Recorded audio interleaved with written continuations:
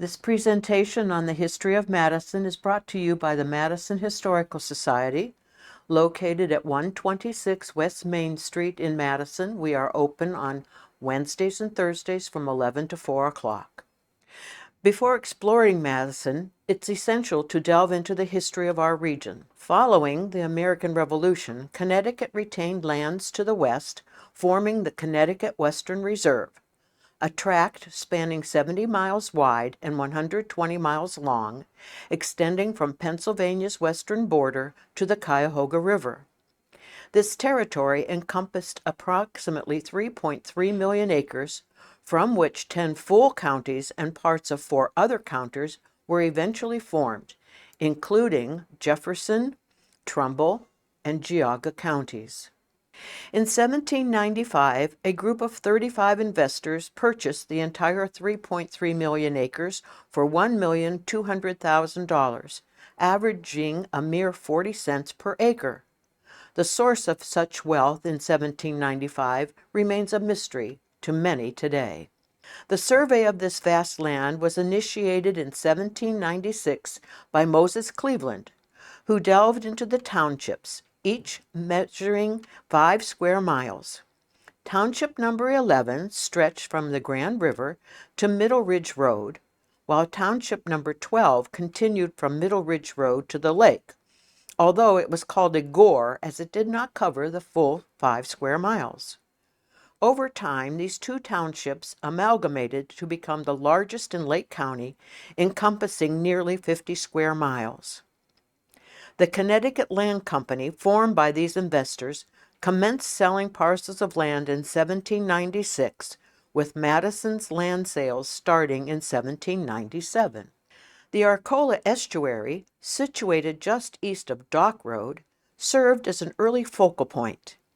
In March 1797, the first settlers arrived at its mouth, including the Harper, McFarland, and Gregory families, who initially settled in Unionville due to the swampy conditions. Alexander Harper, shortly before his death, famously selected a spot on his property where he wished to be buried. His tombstone reads, "Here lies an upright man," which many thought he was buried that way. Alexander Harper's son Robert built Shandy Hall in Unionville. In 1803, his son was the first child born in this frontier.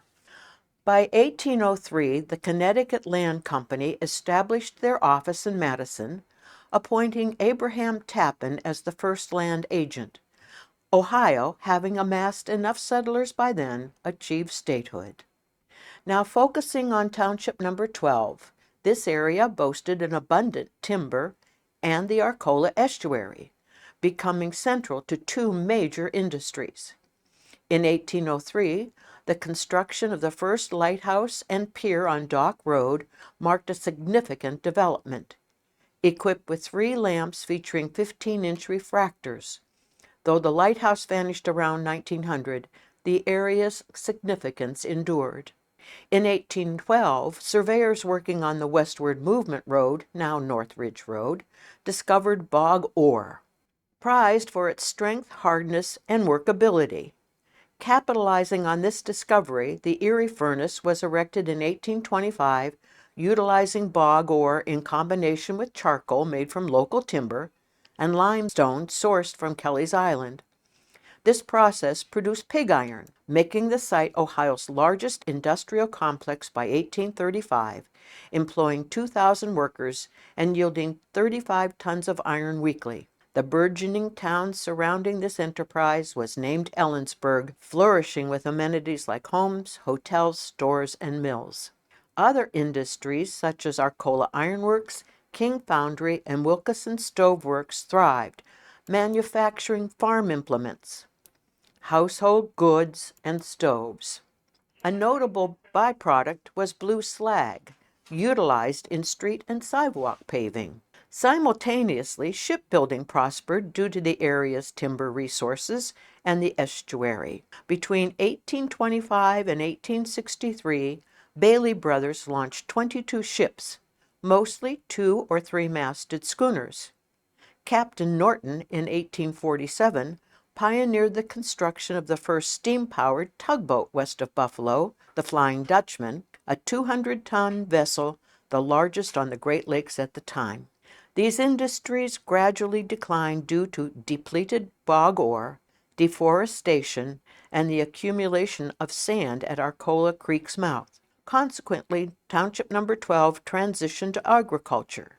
Becoming known for onions necessitated a shift to crops like tomatoes, cabbage, grapes, and apples. This home, still at the corner of Dock Road and Route 20, was from that era. Turning now to Township Number 11, which extended from Grand River to Middle Ridge Road at the time, we find the settlement's early roots. In 1802, Chapin established his home just east of present-day Madison, opting for a location with minimal tree clearance. By 1809, as the settlement grew to 3 families, it was christened Chapin, a name later changed to Centerville in 1809, reflecting its relocation to Middle Ridge Road and Lake Street. By 1811, the community had expanded to 15 families, including notable surnames like Harper, Thompson, Turney, Wood, and Mixer. It was during this period, in a meeting at Phineas Mixer's home, that the decision was made to rename the settlement Madison, in honor of President James Madison. The settlement was relocated to South Ridge Road because of its well-established route westward. The village of Madison embarked on its civic evolution in 1815 with the construction of the block school, doubling as a religious center. The acquisition of 3.5 acres for public ground in 1816 laid the foundation for what is now the village park. Subsequent years brought a flurry of development, including the establishment of Madison's first general store, grist mill, carding factory, cheese factory, cooperage, supporting onion shipments from Ellensburg, tannery, sawmill, and whiskey distillery. Whiskey was legal tender. The arrival of the railroad in 1852 bolstered industrial growth, prompting the construction of factories, including the Madison Woolen Factory, Willowcraft Basket Factory, Madison Wheel Shop, and Edwards Canning Factory. In 1867, Madison was formally incorporated as a village, inaugurating its first mayor in 1868. The subsequent decades witnessed the expansion of Main Street, now known as the District, covering 800 feet and spanning 10 acres.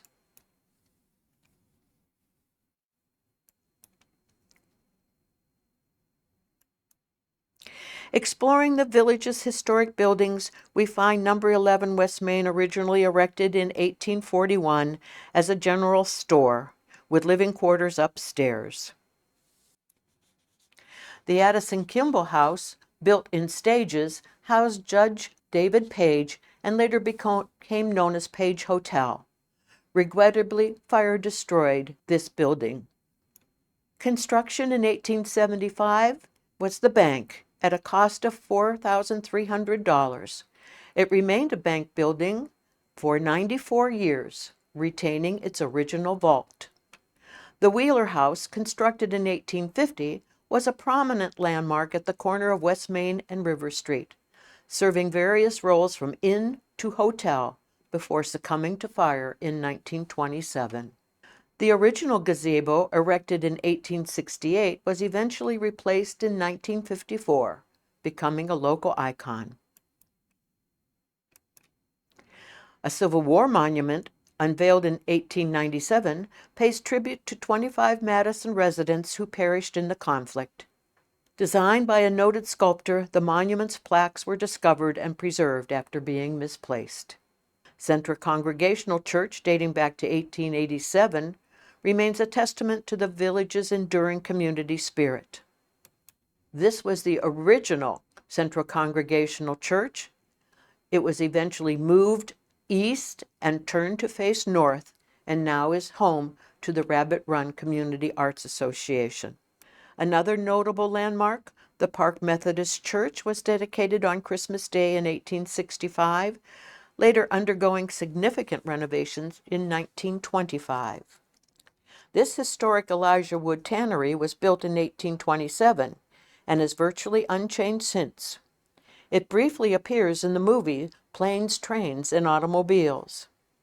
The original Madison Public Library, funded by the Carnegie Foundation, served the community until 1974, later becoming government offices, and then the Madison Historical Society's headquarters. Lastly, Frederick Opper, born in 1857, achieved fame as a cartoonist in New York City, creating the character Happy Hooligan for Hearst Publications. His home was originally on West Main Street and later moved up to River Street. This is Happy Hooligan. This is an example of the cartoon featuring Happy Hooligan. This is the home now as it appears on River Street. Fairview Cemetery, established in 1854, consolidated earlier gravesites from the village. It was once located at the corner of Eagle and West Main. While there is still a gravestone there, no one is buried there. Thank you for listening. We hope you enjoyed this program.